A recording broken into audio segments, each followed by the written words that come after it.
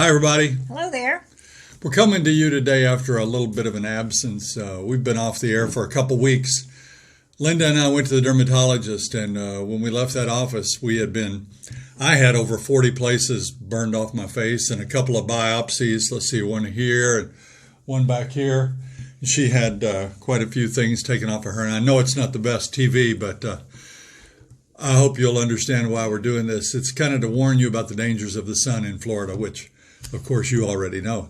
Florida is the sunshine state. It's famous for the sun. But we have to take some precautions. In this video, we're going to talk to you about the sun and some of the precautions that we're taking here. Yeah, you moved down here because you want to be in the sun, and you're going to have to be prepared.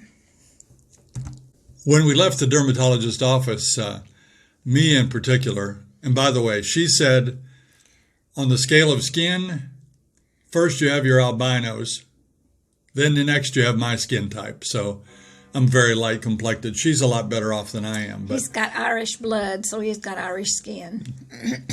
So I left with some medicines, and I'm going to have to put these medicines on these places and deal with that. Mm-hmm.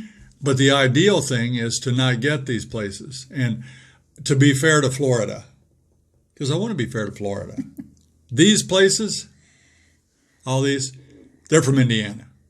So bright sun, skin cancer, lesions, they can all happen anywhere. But here, it's a sunshine state. You're going to be out in the sun. Mm-hmm. And you may have seen an earlier blog where I ask, how do I keep from crying when I use suntan lotion or sunblock? And this was referred to me, the Banana Boat Sport for kids, and it works great. In fact, I'm looking at my monitor now. I can see my sunglasses have left a little bit of lighter shade there, but I do spray this on my face. Actually, the directions say to spray it on your hands and then rub it on your face. But if you're playing golf, you don't want anything greasing up your hands. So I usually just cover an eye and spray down my face here, do the same thing over here, back of my neck, do my arms and legs and go with it. And this is just one brand. There are lots of brands, but I use this one because of sensitive eyes. Linda uses different ones, and all my buddies keep it in their golf carts and their favorite brand of sunblock and use it all the time. The sun can dry out your skin, right? Yes, and so now we're going to use a lot of moisturizer at night. Boy, do I have soft legs now. And even my feet, because I'm walking around barefoot quite a bit in the house, and it's on concrete. Well, concrete's underneath the flooring. But anyway, cracked feet, but man, I'm using this, and I love this. Thank you, Caroline, for this. For me, it's important to have sunglasses here in Florida. A lot of people, one of my sons and a couple of my friends don't wear sunglasses all that often, but for me, the glare down here is quite severe, so I wear sunglasses. These are not the best looking. I mean, these are like RoboCop, but these are glass lenses, and I prefer those because you can keep them clean and smudge free. Sometimes when you go outdoors from air conditioning to the hot air, you can fog them up. Right. So we try to keep a pair in each golf cart. We try to keep them in our cars and wear them when we go out. Well, I start in the morning at about 7 o'clock when I go out to get the newspaper. The first thing I do is grab the sunglasses by the front door because as soon as you walk out, it gets you right in the face. I feel like I should break into a rendition of Pretty Woman.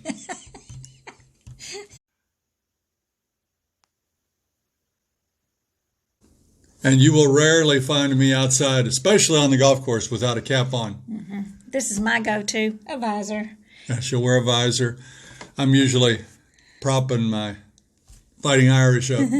Or you can wear something like this. Many people down here do. I feel a little dorky in it. She looks good though, right? Huh? But this is one of those hats where you soak this baby in water and then you put it on and it will slowly release that cool water in your head for a couple hours. I think you look pretty handsome.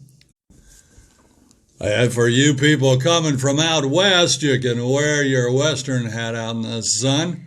It helps during the afternoon rain showers as well. One other thing I forgot to tell you, these shirts.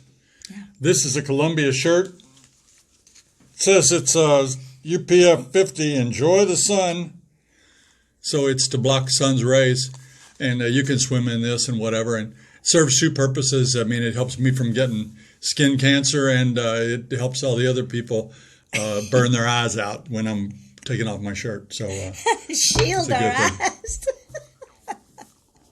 And if you're feeling like you're in a good mood, you probably want to wear your white hat when you're out there. Yeah. I never knew what I would use these for when I brought them from Indiana. You don't wear them too much in Florida, but they're kind of fun. Yeah.